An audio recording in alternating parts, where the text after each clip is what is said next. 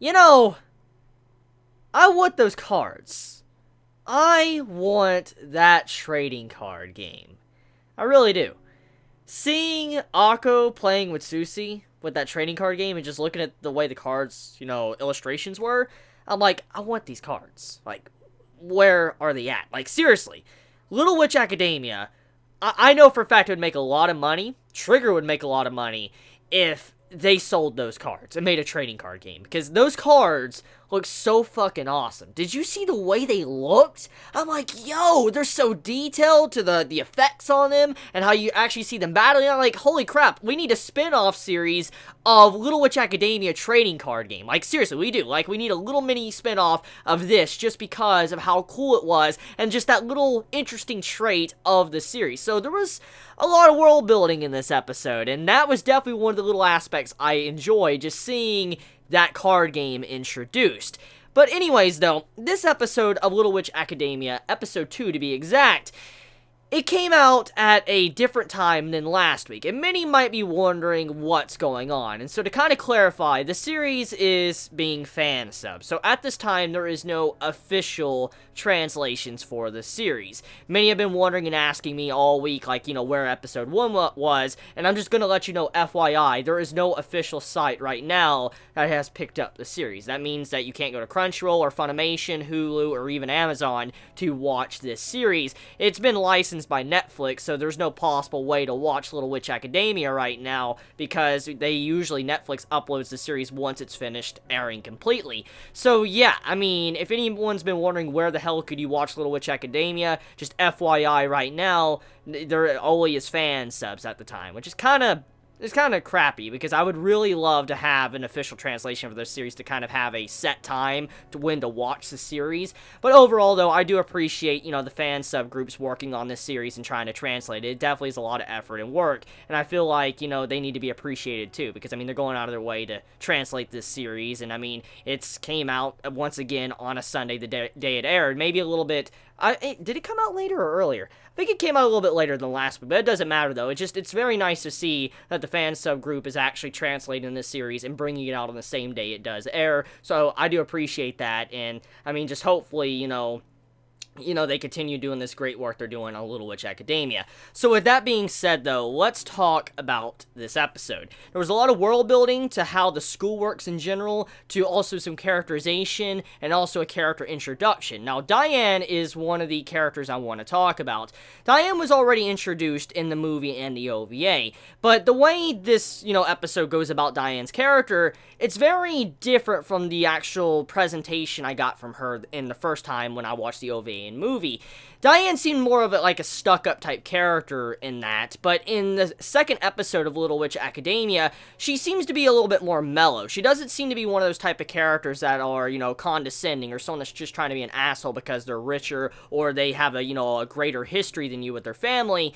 Diane doesn't seem to be that type of character. The only people that seem to fit that type of stereotypical role is her two lackeys that follow her around. But overall, though, Diane is not the type of character to go out of her way and start making fun of someone. She just seems like she knows what's going on, and she is actually aware that she is a very intelligent individual, and she can get shit done. But overall, though, she doesn't let that get to her to where she looks down on people. And you see how she actually is trying to be helpful to Akko. She actually treats Akko with respect in this episode. Like, I'll call you by Akko since you asked me to, call you by that, and then also helping out Akko and, fixing the little, prank that was put in her hair. Just overall, it seems like Diane's character completely breaks the norm when it comes to these type of rich characters. When I'm used to watching a series that has, like, a rich character and a character that's, like, someone that's not really good at things, like, let's say a stereotypical shonen, usually you have this shonen character that's not good at, let's say, magic. We'll use that as an example. They're not good at magic, but this, rich person that is, like, a rival to the main male character, main female character,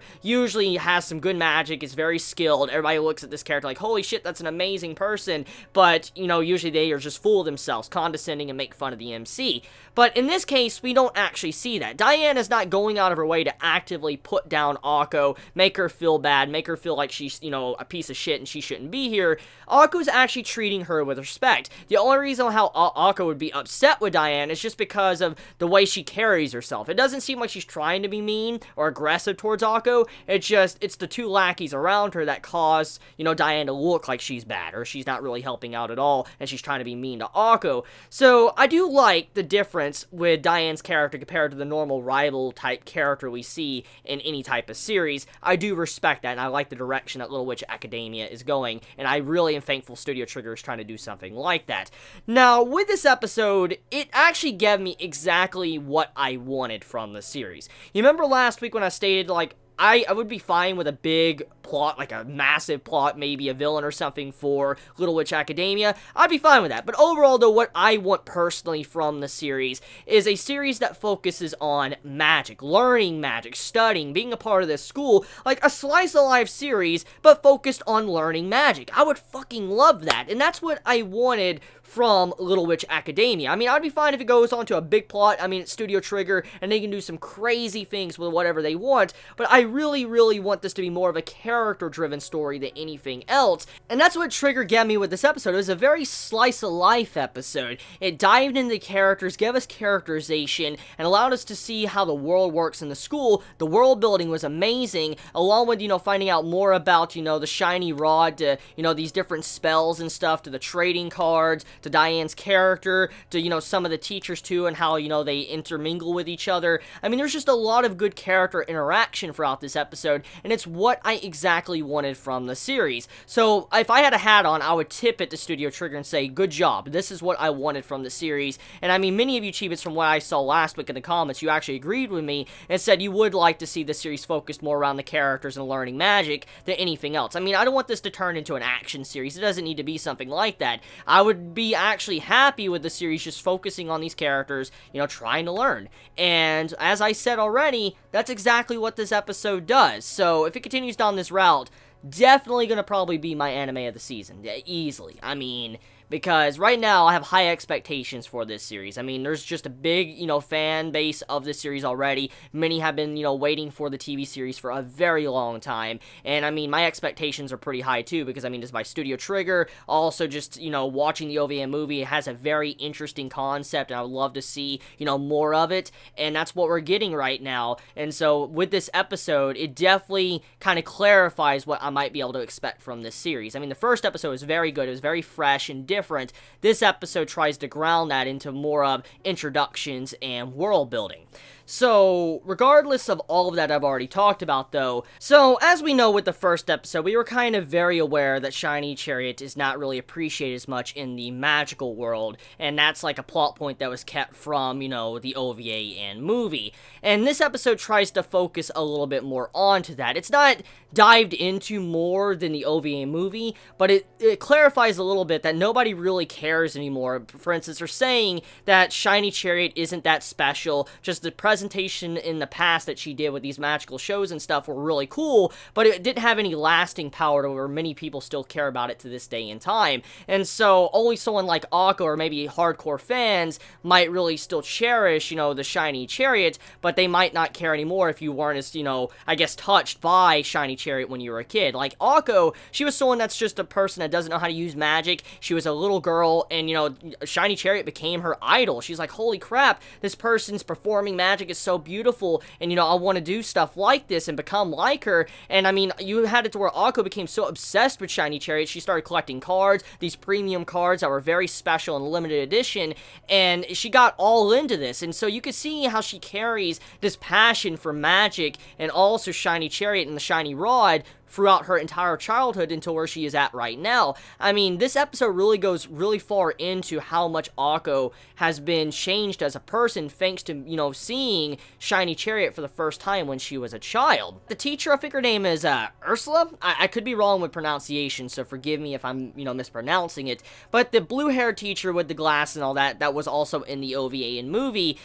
it seems like she has some form of connection to Shiny Chariot. It seems very, very apparent if you notice the key signs throughout this episode that every time the Shiny Rod or, Akko's in the picture or, Shiny Chariot, it seems like the teacher is always watching from afar, paying attention to these events, getting very distracted. And it really, you can see that Ursula is very different compared to the other teachers in the school, in Luna Nova, and she stands out quite a bit. I wonder if the reason why she's so attached to Akko and why she wants to teach Akko is because she's someone that doesn't really know magic. Maybe, she has a connection to people, like maybe when she was growing up, she was also similar to Akko. She didn't know how magic was, and that's why she's wanting to help out Akko, because, she understands, like, how hard it is to not know magic, but want to learn magic, and everybody thinks they're probably better than you, and so you see it to where Ursula wants to help out Akko. Maybe that's why she was constantly listening in or paying attention to Akko, or it could be the connection to the Shiny Rod or Shiny Chariot. One or the other could possibly be,